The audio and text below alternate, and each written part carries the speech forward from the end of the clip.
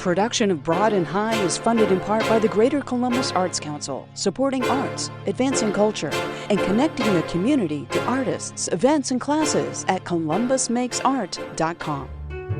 PNC, committed to Central Ohio, for the achiever in you. From these contributing sponsors and viewers like you, thank you. This time on Broad and High, see how a local illustrator incorporates her love of nature into all kinds of paper goods. I did a calendar last year that featured a lot of Ohio wildlife. Woody Blackwell's latest sculpture is a real hoot. And the Castros debut a brand new song as part of our local music series.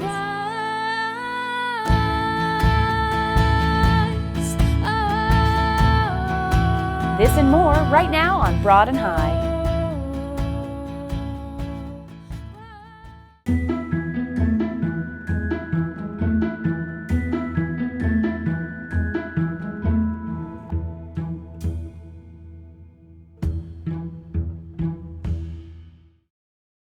Hi everyone, I'm Kate Quickle and this is Broad and High.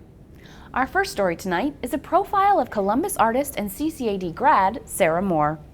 By day, she's the lead graphic designer at 614 Magazine. But when she's not illustrating the publication's covers and articles, she is pursuing a myriad of personal passion projects.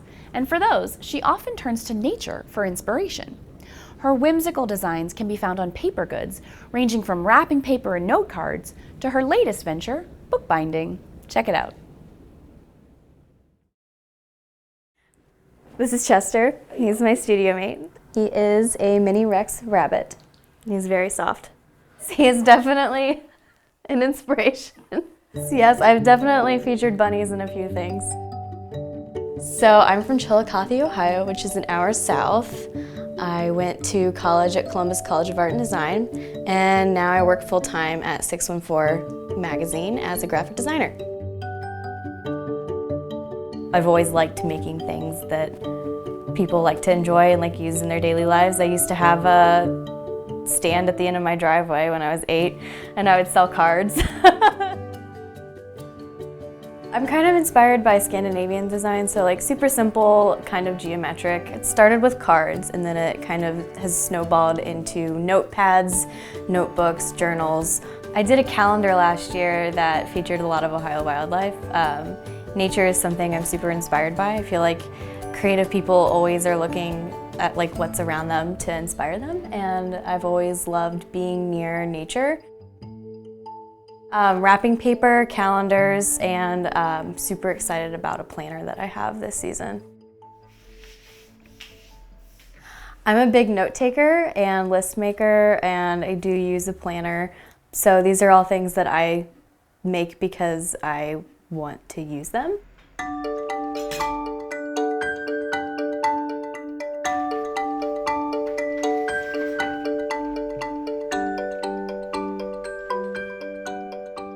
So I start off by drawing on my iPad, and then when that's done, I kind of take it into Photoshop, clean it up a bit. So from there, I either will send stuff out to have made, or I'll print them in my apartment and assemble them here myself. One of the things I just figured out how to do is to actually print on book cloth using my Cricut. One thing is digital, the other thing is kind of more hands-on. And that's kind of what I like best about making my own books. You know, while drawing is fun, it's still on my iPad and not a more traditional means. So to really like get to use my hands to make something tangible is super fun. I mean, we live in a time right now where everything is so instant. I think people are always surprised to see kind of like the work that goes into making just like a simple notebook that you take notes on every day or use it to doodle in. So it's kind of nice to kind of slow down and like appreciate how things are made. I think I've always wanted to be an artist in some way. I wasn't sure what that was when I was little, but I think that my kid self would be proud. Follow Sarah Moore on Instagram, where you can see more of her illustrations, as well as the occasional bunny picture. You can find her at _.smore. Well, it's time for another installment of Artifacts. This is our periodic series where we get to explore the seldom seen archives of the Ohio History Center, which holds nearly 2 million items in its collections. Among them is the work of Charlie Harper. His illustrations are perhaps among the most recognizable to come out of the mid-1900s. You can see how his work influenced that of Sarah Moore, the artist featured in our previous story. I popped into the History Center to learn more about this Cincinnati-based artist, whose modern, minimal, and playful illustrations of wildlife remain popular even today.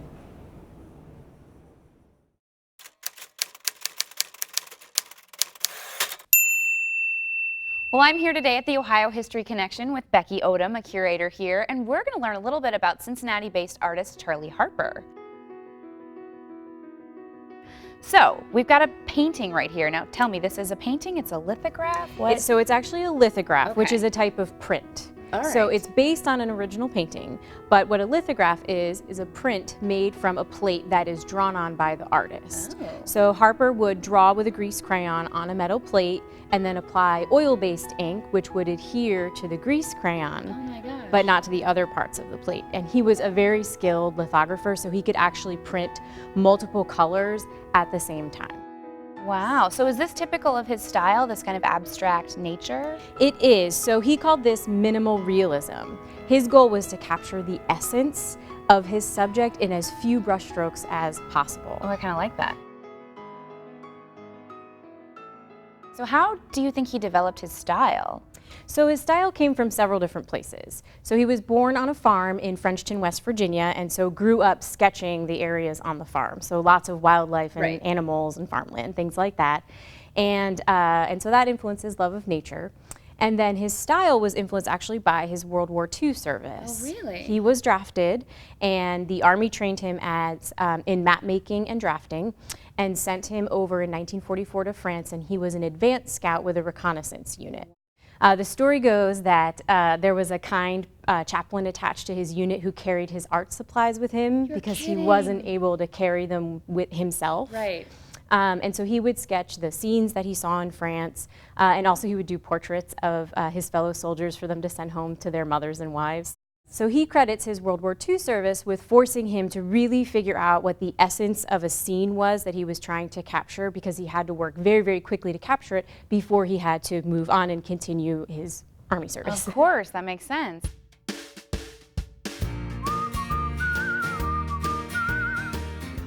So was most of his work this type of print, or did he also worked in advertising, that kind of thing? He did. So he got his start as a commercial artist. That's how he made a paycheck. So this particular piece he actually did on commission for this book, Ohio's Natural Heritage, which was Oh. published in 1979 by the Ohio Academy of Art, which is based right here in Columbus. And so you could see Right. that you have the wood duck on the front cover and the baby beaver on the back cover. And when you look really closely at it, you realize that it's actually two views of the same scene. Here we're underwater looking at the baby beaver who's swimming underneath the duck. You can see his head and his feet here. And underneath the duck, you can see just a little bit Beaver tail. of the tail. That's so cool. I didn't realize that at first, but once you say it, you kind of can't unsee it. And the circles, the concentric circles around it, are a bit like a target.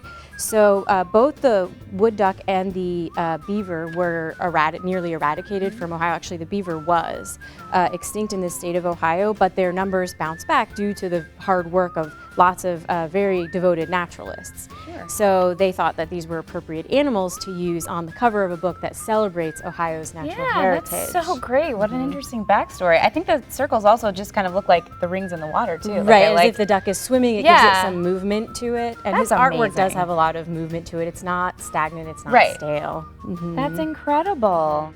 Well, thank you so much for telling us about him. Oh, you're welcome.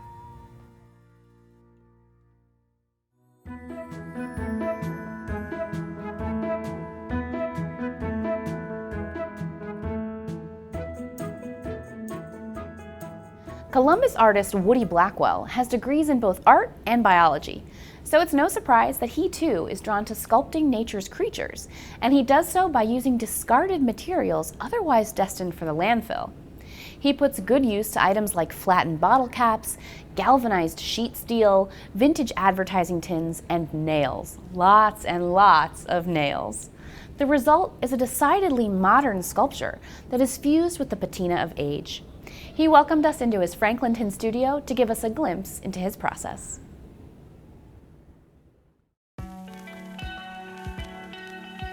I make things from the natural world. I make birds, fish, whales, things along those lines. I make them out of metal over a wooden core. And my goal is to make them look like they're, say, 100 years old. Not necessarily made by an artist, but by someone who had an artistic eye, who just worked with whatever materials were at hand. Working with bottle caps is probably how I got started. We were walking across a parking lot, and there were some rusted bottle caps laying in a pile, and they were overlapping. And the way they were laying there just kind of suggested fish scales to me. And the proverbial light bulb went off, and I had to build a fish. I'd go out with my kids early on Sunday mornings, preferably when it was raining, and we'd collect rusted bottle caps in the worst part of town. And it was quite a lesson in sociology, I guess, to see where the bottle caps were found, the most of them, and what was found with them. It was kind of fun. Yeah, it scarred my kids badly, but it was fun. On some of the fish, like on the sunfish I make, I've made a number of them.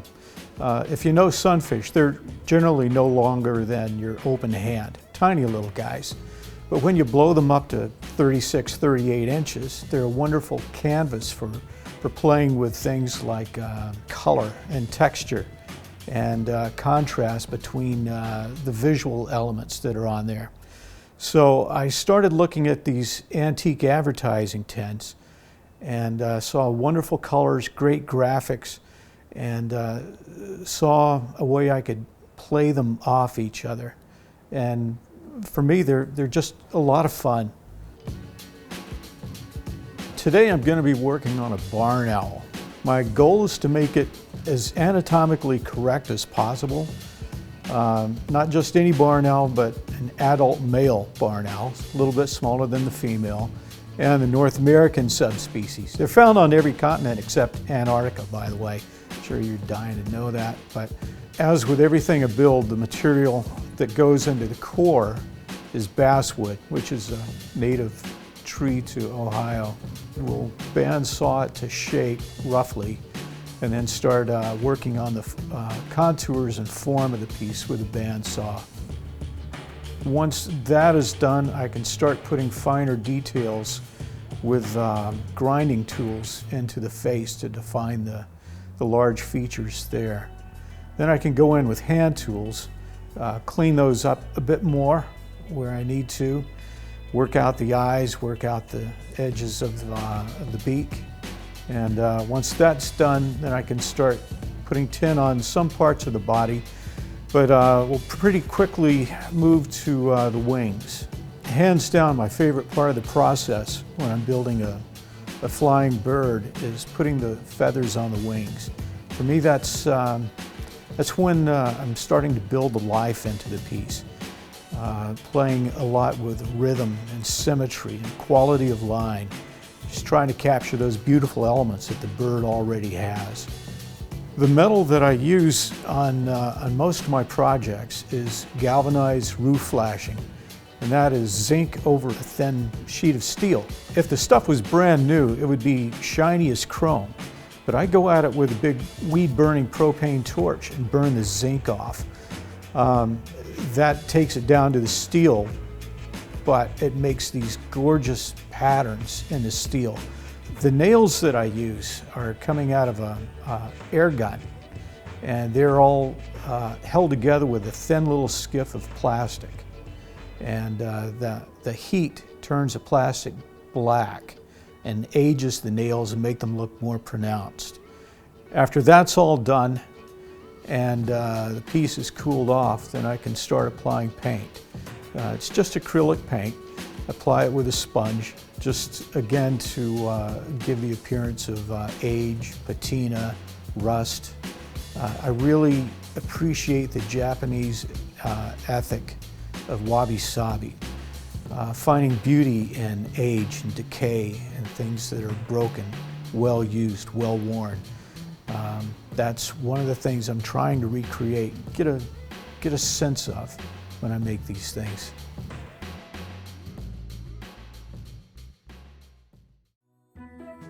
Check out the artist's website to explore more of his sculptures, like a sperm whale with antler teeth and a barracuda made out of bottle caps and upholstery tacks. You can find him at woodyblackwell.com. Our local music series continues this week with a performance by the Castros. They are a husband and wife duo based in Westerville, and they brought their indie pop vibe to the WOSU studio to debut for us their latest single, Warriors of Love.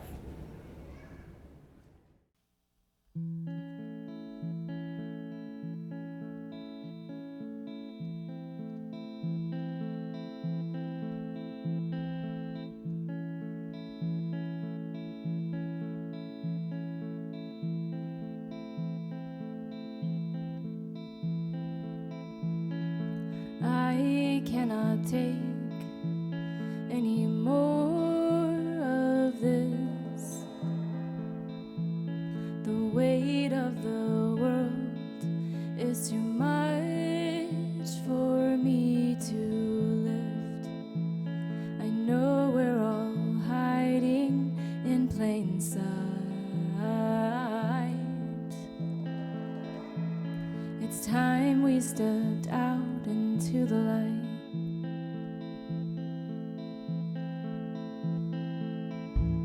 Let's lift up our eyes to the sky. Take up our hearts and yell a battle cry.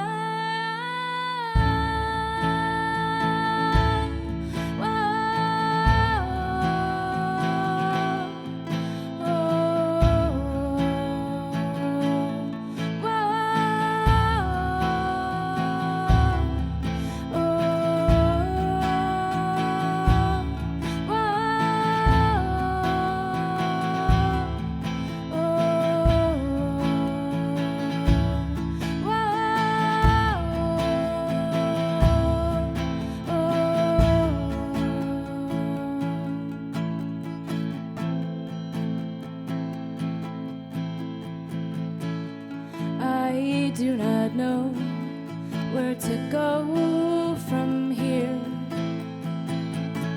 There's blood on our hands and our minds are filled with fear. This battle is not ours, these are not our ghosts. And I know that we are not alone. Let's lift up our hearts to the sky. We are warriors of love, and it's time to rise.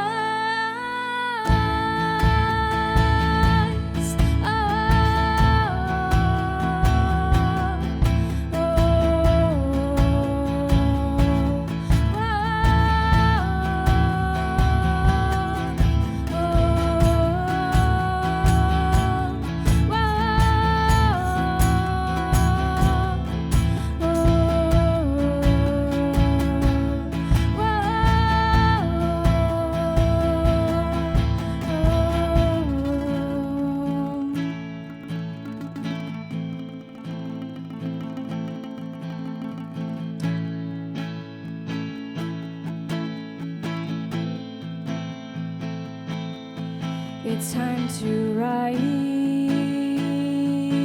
and love. It's time to rise and love.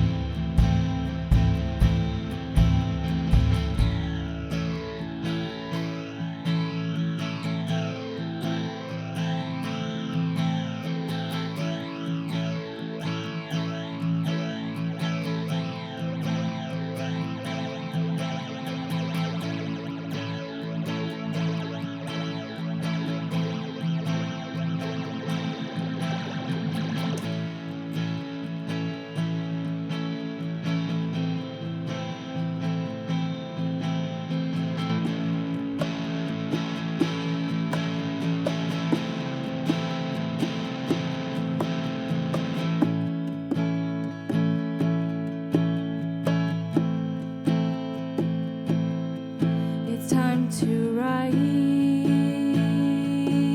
and love. It's time to rise and love. It's time to rise.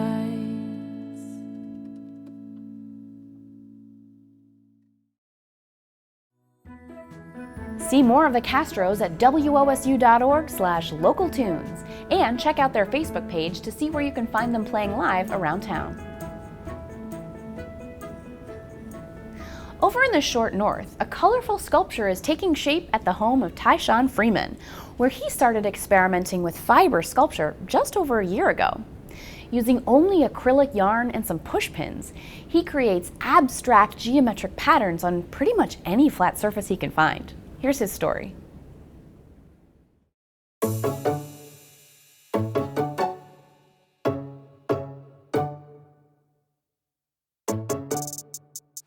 I am an artist, I guess I would say. You know, I did want to dabble in different things.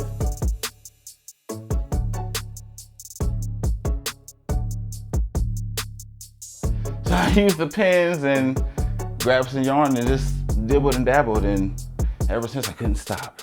I'm addicted.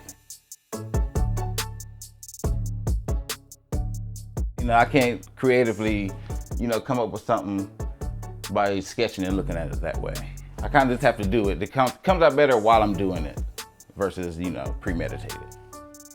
I'm kind of thinking now if this was a good idea with these colors, but I think I'm gonna make it work and see what happens.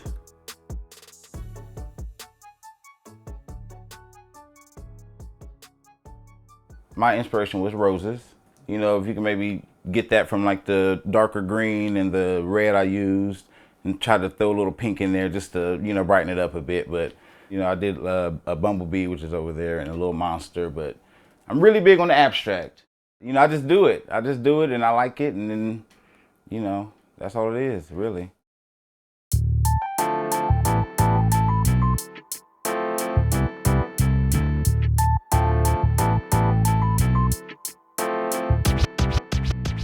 Usually with my more random ones, I just pin them and just go along as I, and if I don't like it, take it down, do it over again.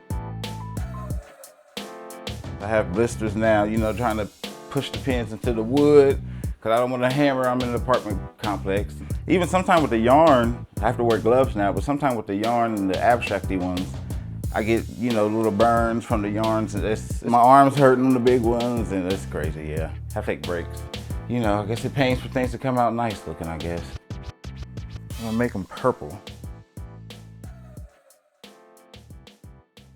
Well, right now I'm using push pins, thumbtacks.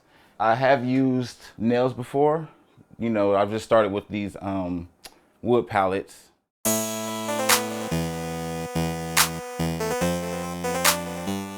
I'm in the beginning stages, so I'm, trying to perfect it in a way where people won't get hurt if they want to take it home. Sometimes I'll take out a push pin, add a push pin, take down, sometimes I'll just take the whole thing down. Once I'm finished, I'm like, I don't really like it. Look at it from different angles. I'll just take it all down and start all over, so. I just like to see the outcome. Like, I'm really excited to see what the outcome's gonna turn out. Something about the texture really brings out the color, and you can really see it a lot better with, maybe a thicker yarn versus a thinner one, or that's why I try to use the thinner lines, with the thicker ones to kind of give it some type of dimension.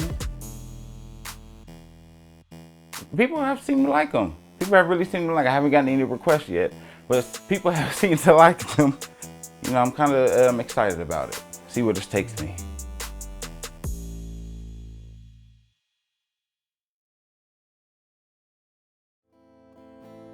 That's our show. You can find all of our stories at wosu.org or on our free WOSU Public Media mobile app. And be sure to give us a follow on social. We're on Facebook, Twitter, and Instagram.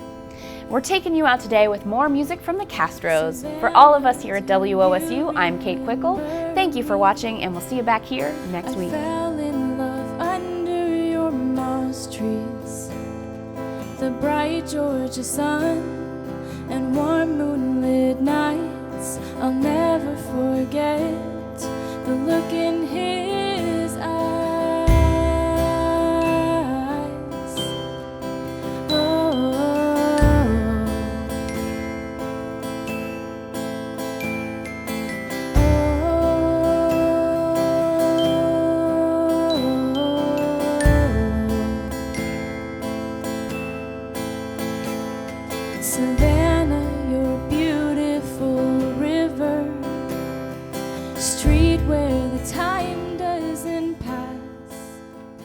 Production of Broad and High is funded in part by the Greater Columbus Arts Council, supporting arts, advancing culture, and connecting the community to artists, events, and classes at columbusmakesart.com. PNC, committed to Central Ohio, for the achiever in you. From these contributing sponsors and viewers like you, thank you.